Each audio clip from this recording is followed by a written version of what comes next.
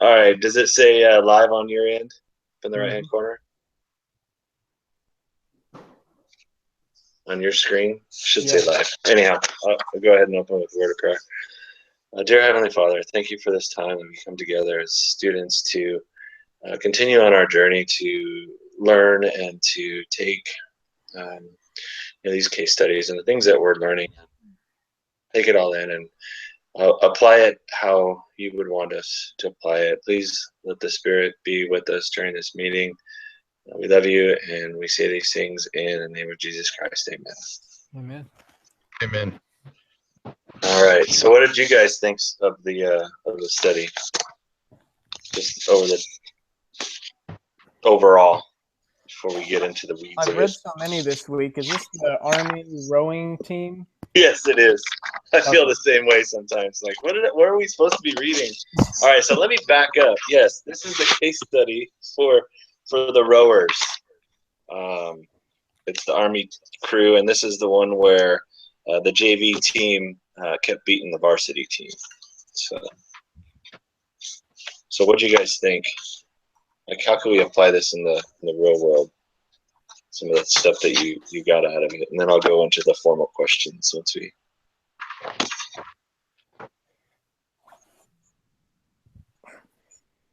So I've actually read this case study before, and it really is just a team issue, at least to me. I mean, I'm open to hear your thoughts, but they're really struggling to be an effective team.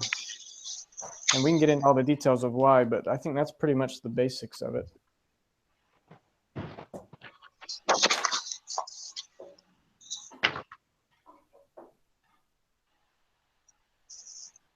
It didn't look to me like they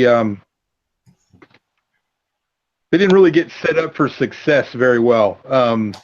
Everything that they had to do to qualify for that, they worked as individuals.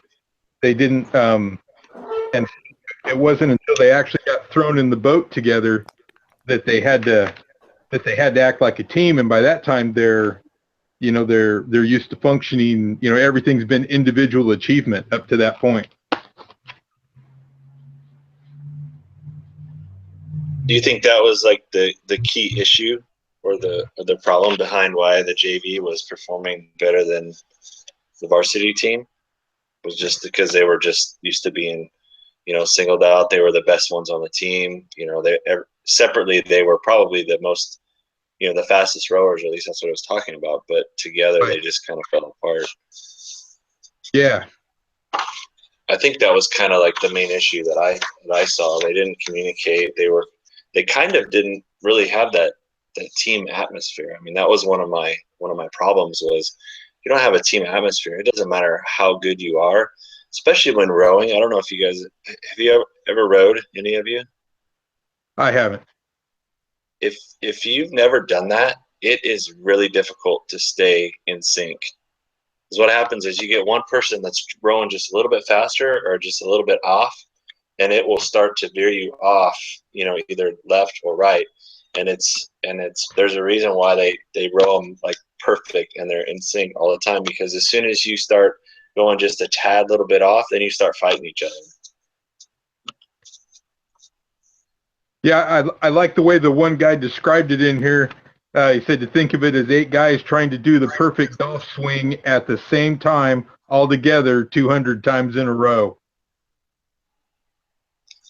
That's yeah, and that's if you've ever done it, well, one, you're sore the next day, like it hurts, it doesn't feel good, and then two, you can get really frustrated, especially with if the person in front of you or behind you, and sometimes you get so far off, like even if you've rowed a boat before, right, and you got 2 or 3 people on the boat, and you start hitting oars, and you get frustrated or you start spinning in circles.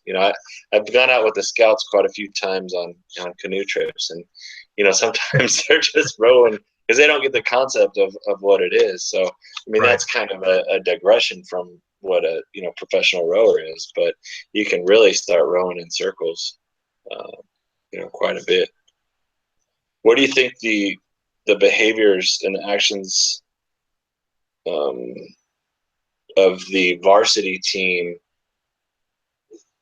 like what kind of behaviors do you think that they were more or less using poorly to make sure that, you know, to have the team do and perform the way that they did?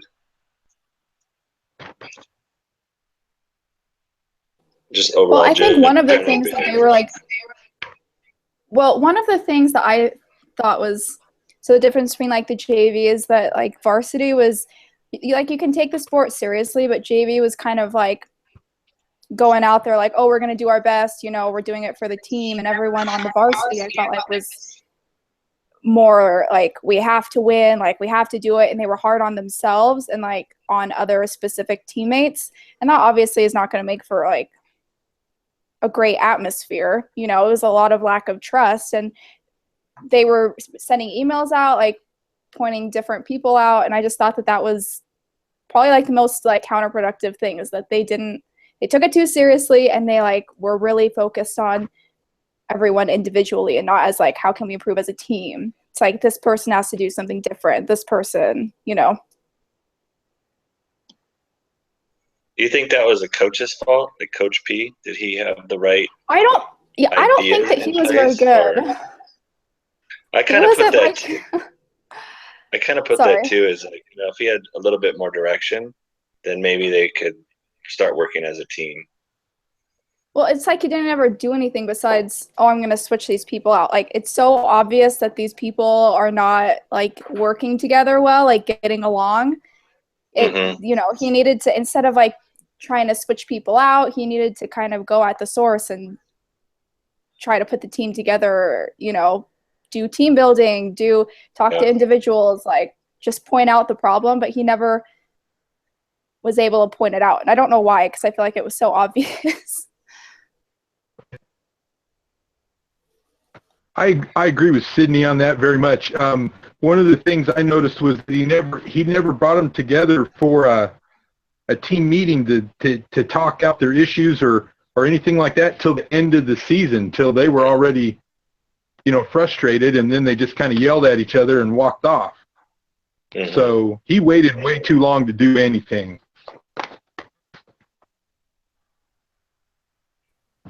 Yeah, I had the same thing in mind, where I had basically that he would need to meet with, you know, each rower individually, and then work on, you know, basically selecting a leader and having that leader have that drive, that passion to win, because it just didn't seem, on top of everything else, it didn't even seem like the varsity team wanted to win. Like they didn't have that winning attitude. They were just like, whatever, you know, we don't care. What other things do you think that he could have done, like Coach P? Like what other measures do you think he could have added on?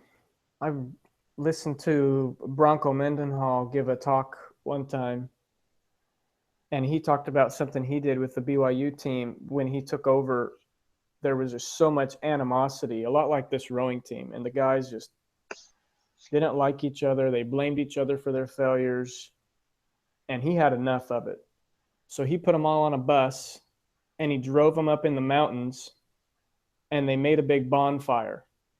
And he gave them all a piece of paper, and they were each allowed to write down all the things that they hated about the team. But the rule was, and then everybody got to go around and read everything. So you did this, and I think you suck at this, and I think you suck at this. But the rule is, when you're done reading, you had to throw your piece of paper in the fire, and you never talk about it again. And then he gave them another piece of paper, and they were supposed to write down what it was they were willing to do to make the team work. And then it really just got everything out in the open, but they weren't allowed to talk about it anymore. And then they all had to just, all right, wash it off. Now let's come together. What is it we're going to do to be a successful team? I thought it was cool. Yeah, that does sound kind of cool, because it's putting all of your negative things behind you. Like you get it out, and then you're like, okay, well, I feel better now. Because sometimes we have to get it out, right? As human beings, for some reason, we always we'll tell, if we have a negative experience, we'll tell 1,500 people. If we have a good experience, we'll tell 2. Yeah. It's just, I don't know why we're like that, but people are generally like that. And that is a good idea, to let them get it out and then don't ever talk about it again. So yeah, that could have probably been something like that could have been implemented in this case. Because they all seem to have so much, like the one guy that stood up and said, I'm carrying this team all by myself. And then another guy, no, I am. Like they all have all this pent up frustration. They got to get it out and they got to start trusting each other. Yeah. Yeah, it's very true. Why do you guys think that the JV team, when you look at the numbers, right? The numbers individually, I know we talked a little bit about the team and the rowing, but what else do you think contributed to like what the stats were saying? That we had the elites on the varsity team, the ones that were better, the ones that were stronger, that rowed faster, but the JV team just every time blew them out of the water. Why do you think the stats didn't match up with what the JV was doing, compared to what the varsity was doing?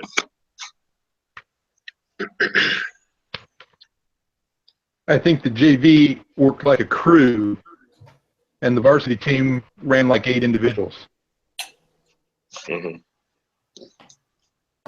Well, it's kind of like at the beginning of the case when they were explaining. I found that interesting because I had never or anything like that, and they were saying that everyone, saying like what you were saying before, like everyone has to be rowing at the same time, and they can't try and correct it themselves. They have to let one person correct it if they do get off. And so I think that JV probably understood that better. Just the technicality part is that work together and you'll be faster. And varsity was just too focused on themselves. Mm-hmm. Would you guys suggest that what Coach P did as far as splitting the teams up? For me, I didn't think taking somebody from JV and putting them on varsity, or taking somebody from varsity and putting them down to JV, probably wouldn't have picked that. I probably would have just taken the JV team as they were, as a unit, and actually brought them to nationals versus the varsity team. What did you guys think about that? Would you have like swapped the players and mixed up the teams, or would have kept them intact? Yeah, if you've got a team that's working well and they might, they might beat the varsity, but are there times, real competitive times? And if so, forget the varsity team. They need to learn to come together. Now, they're proven to be stronger individually and have the better numbers. So if they can come together as a team, they'll likely be incredible. You guys don't get to compete. You did it to yourselves. Mm-hmm. That's what I think. Yeah.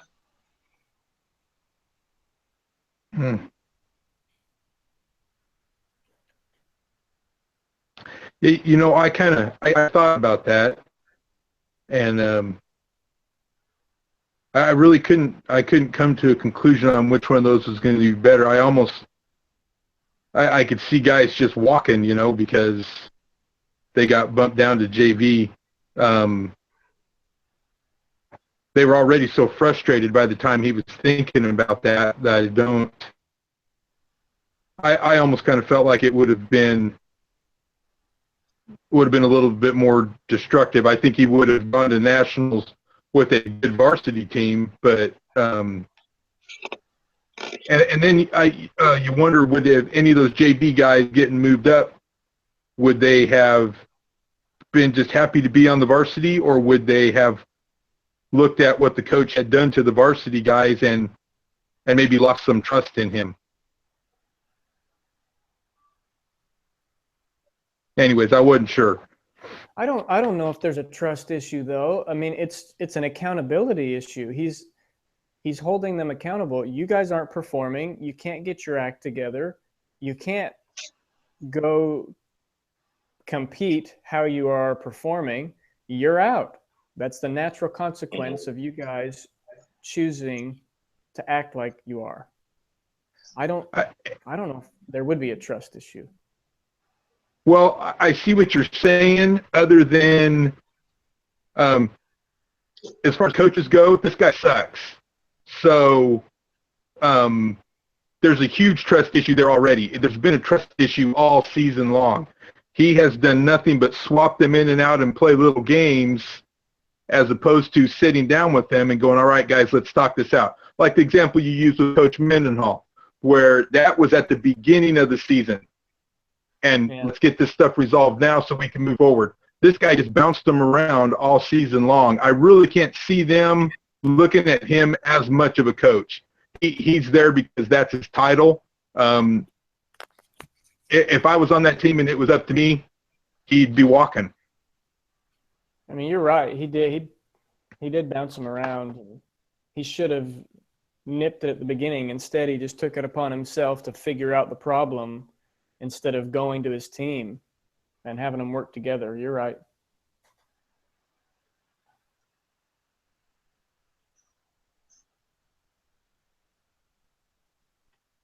He seemed really hung up on the science. I don't know if that was part of his just part of his professional background or whatnot, but he seemed to, he was pulling data from everywhere as far as how to do this, and never really looking at just what was right in front of him. Yeah. Yeah, I think maybe in baseball you can do that with on-base percentage. But in this case, I mean, I'm a baseball fan. I'm actually missing the game right now, but it's cool. I think sometimes we do look at data too much. I know at Toyota we look at data a lot. We kind of overanalyze things sometimes, and we do forget about what makes a successful team. It's not necessarily the data. It's what we put forth as individuals and what we bring to the table, and making sure that everybody has a voice within that table. Those are the stronger teams, at least in my work experience, that I've seen, is when there's a lot of collaboration, there's a lot of talk. Yeah, the data supports the people, but it's not, the people supporting the data.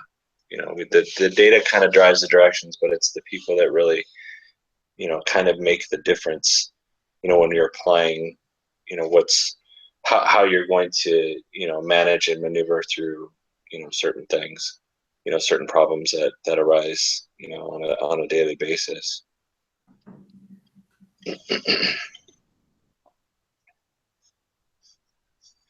When we're thinking about,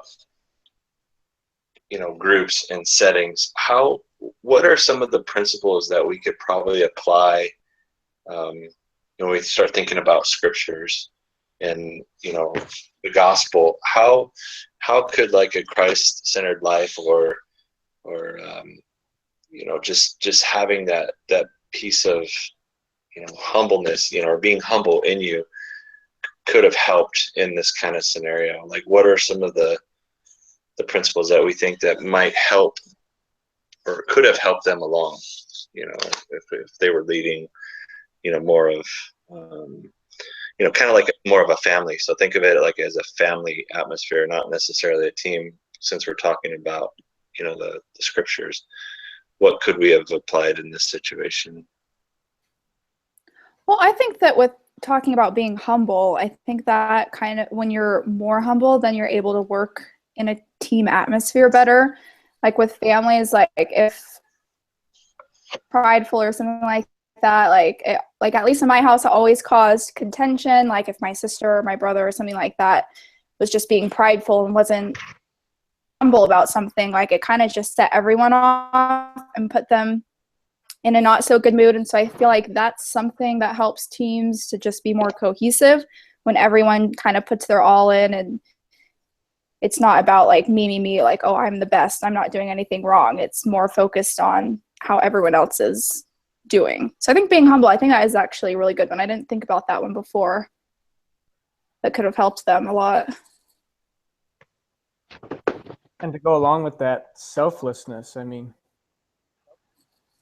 it was selflessness and self-reliance. So self-reliance is more than just being able to provide for yourself. It's once you can, helping others provide for themselves. And so as you are in a team, there's got to be that selflessness. Yeah, I can do my part, but if somebody else starts falling behind, can I also help them get to where they need to be?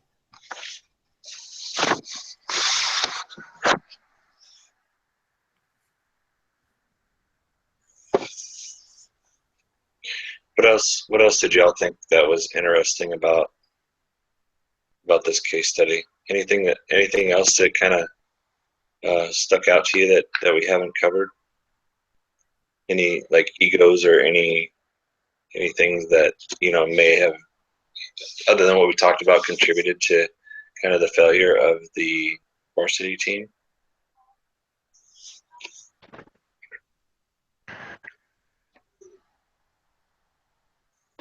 I wonder sometimes, every time they practiced, it seemed like he was drilling them against the JV, which beat them every time. It seemed to be a pointless exercise. But yet, as you read through the thing, it was just a standard part of practice. Sooner or later, a guy gets tired of losing. And, at some point, you're either going to push back pretty hard, or you're just going to quit giving it all your effort. But it was almost like he was running two different teams instead of, them all being one team. And anyway, the whole thing seemed pretty divisive, and it would just wear me out. At some point, I would be pretty much done trying.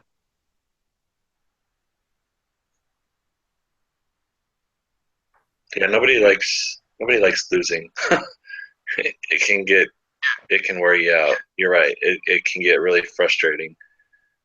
And after a while, you just kind of give up. And then guess what? You start pointing the finger. Oh, it's this person. Oh, it's this person. It's not me. I'm perfect, right? Can't be me. I've been rowing faster and harder than the rest of you. Rather than looking in the mirror at yourself first, and try to figure out why you're losing. But I hear you. Yeah, that's real frustrating. Nobody likes that over and over and over.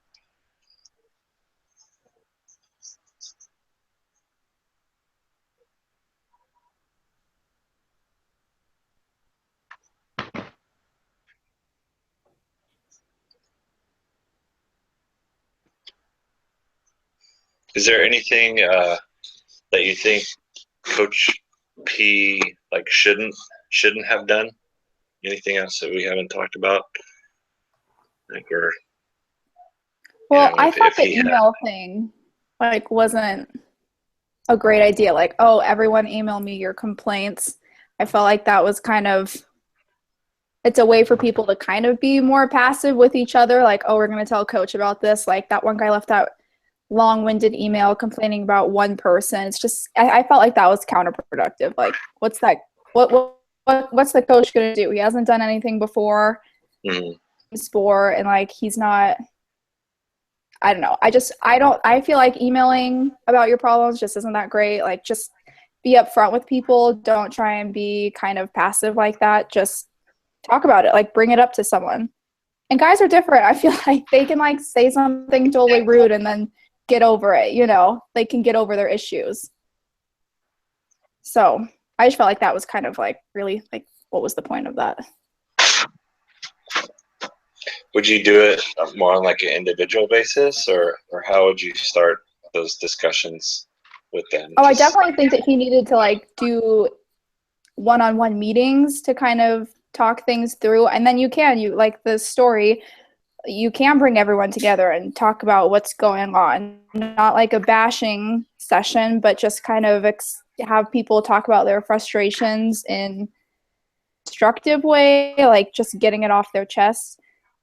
And again, the coach really needs to understand that it's that everyone's thinking on an individual level so that he can help everyone else understand that, because they're not getting it either. But definitely starting off individually and then slowly bringing the group together, because he never brought them together, which I thought was strange. Right.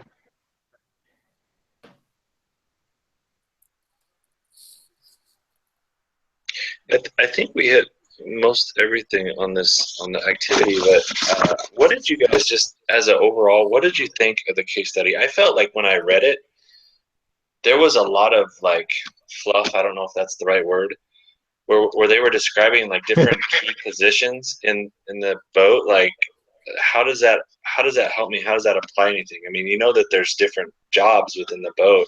It just seemed like a lot of reading for not a lot of Very simple concept. yeah, it was really simple, and it just seemed like there was an extra lot of writing in there that I thought was a little bit overdone, at least on my thing. Did you feel the same way, or? It was a lot. Yeah, I Studies, that's how I feel. I think you're forgetting that at the heading, at the very first page, it says Harvard Business School. That's true. Overachievers. I think one of the things I did like, kind of like Sydney, I didn't understand all the individual roles that everybody does, or just how incredibly involved it was.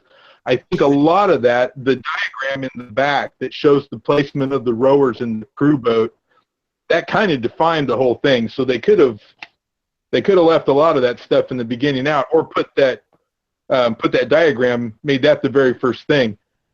I did like it, and I thought of it when you brought up the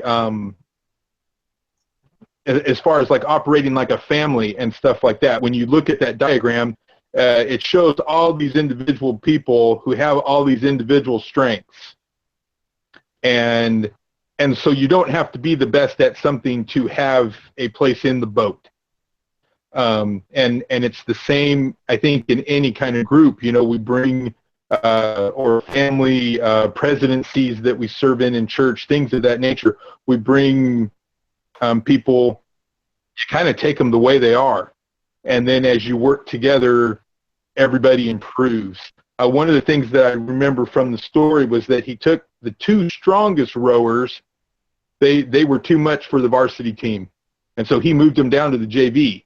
And if you look at 5 and 6 on the placement in the boat, those are your two strongest guys. They can have poor technique, but they are anyways. And 3 and 4 were almost kind of similar. And so in singling out his varsity guys, who were all very similar in abilities, and moving the guys that didn't have it down to the JV boat, he was almost building the perfect team with his rejects. And of course, their winning record kind of proves it. And so, anyways, that was just kind of one of the things that stood out to me as far as the way it was put together. It was pretty wordy. There was a lot of fluff, and that diagram in the back actually explained a lot to me.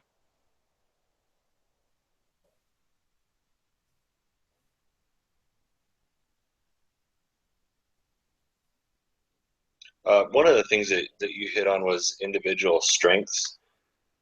I know in the business world, if we don't tap into those individual strengths that somebody brings to the table, I mean, we have a case right now at work where, you know, there's an associate that doesn't feel like they're really involved too much on the team, and it's really because their strengths aren't being tapped into, and their manager has kind of almost put them into a category of like, well, that person can't do that, or this person, you know, doesn't have the skill set for that.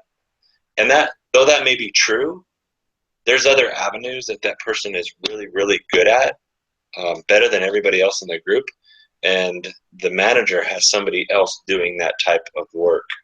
And the person that's doing that isn't the best suited for that. And we're just kind of working our way around that to say, hey, maybe we can take that strength that person has. You know, they're obviously unhappy with kind of what jobs they're doing and what they're getting trained with. It's always good to cross, you know, pollinate and get some cross training going on. But the core of what they're good at, they're not doing at all. So I think the individual strengths, and you hit on it, can say a lot for, not only in this case, but a lot for what really goes on in business. And it's really up to either the coach in this case or the manager, in the business world, to figure out what those strengths are, identify them, and make sure that the person that's doing them has buy-in and enjoys what they're doing, versus giving them something that either maybe they're not interested in. We've all done stuff at work where we don't want to do it, but the core of what makes them tick should kind of be on that forefront of things, because that's where you're going to get your 95, your 98% of that out of that person. So I think individual strength is real key, and then attitude and stuff like that comes after the fact. You can't always do that perfectly, because sometimes they need to do a job that you're just not going to like. But in this case, I don't think the coach really looked at the individual part and looked at the strengths of what they had. Didn't pick a leader. If they have somebody that's a natural born leader, that leader could have helped identify some of those strengths.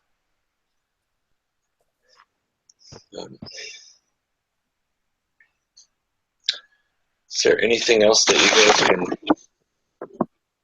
think of? I think we hit every single issue on this case study, unless you guys have some last comments that you think of or want to share.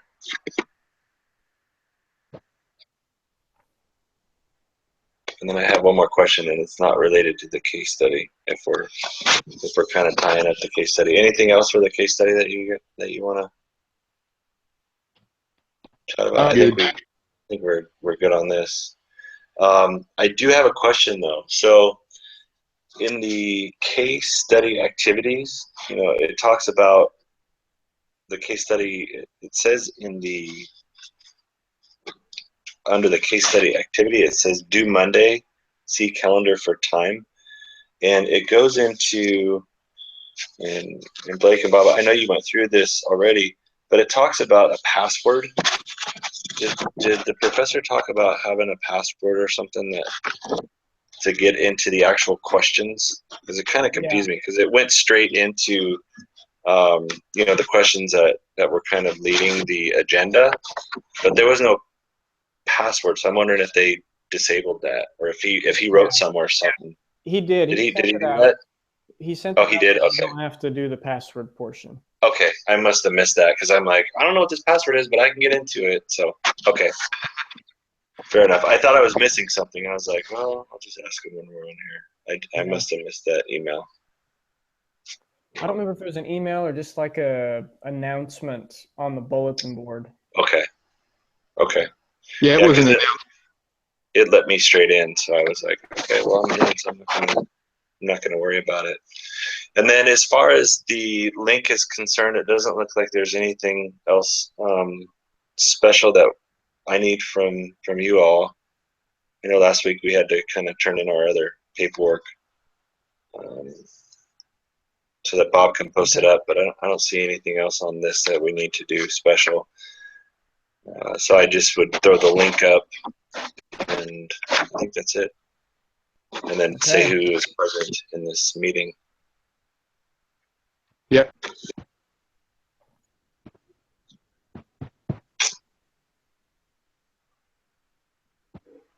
All right. You guys doing okay with the class? Everything flowing pretty good?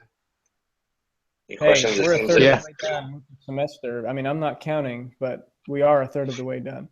Yeah.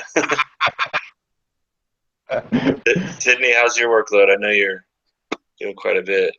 You all right? It's fine. This class, it's become more straight. I just hate the classes where they have links within other assignments. I'm like, can you just put the link up? So it's like straightforward and I can mark it off. Otherwise, half the time I don't see it. And I'm like, okay, this is the worst. But yeah, it's going pretty fine. Pretty good. Yeah, I thought the discussion boards, they were a little confusing at first. And then last week I got a little confused on the survival case study, because it looked like last night we had to write a whole write-up on the case study, and then that due date was gone. I was like, where was that?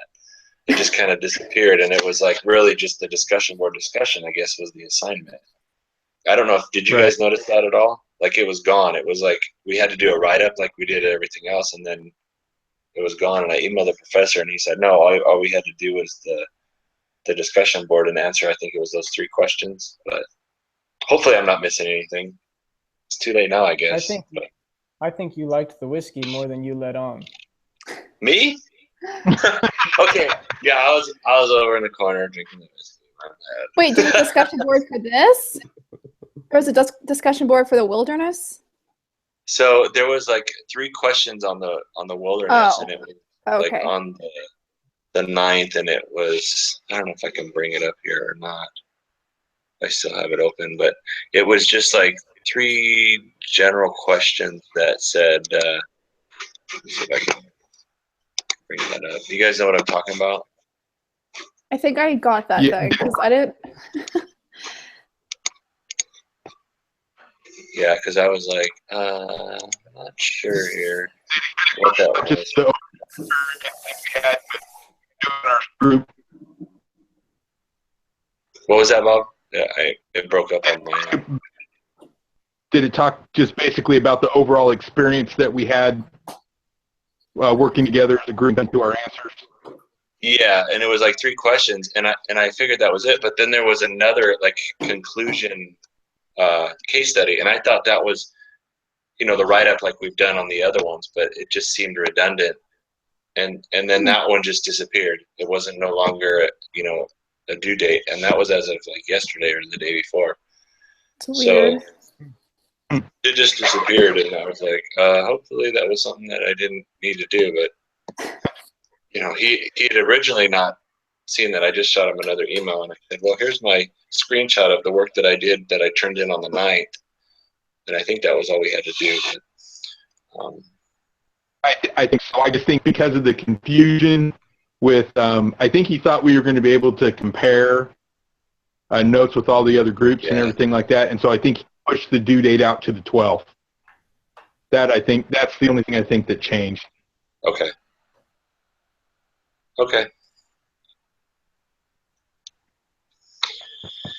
All right. Well, if you guys don't have any last comments or anything else you want to share, I think we're done here. Yep, we're good. Yeah. All right. Okay. I'll stop the broadcast and I'll go ahead and post it up. If you guys need anything else, let me know.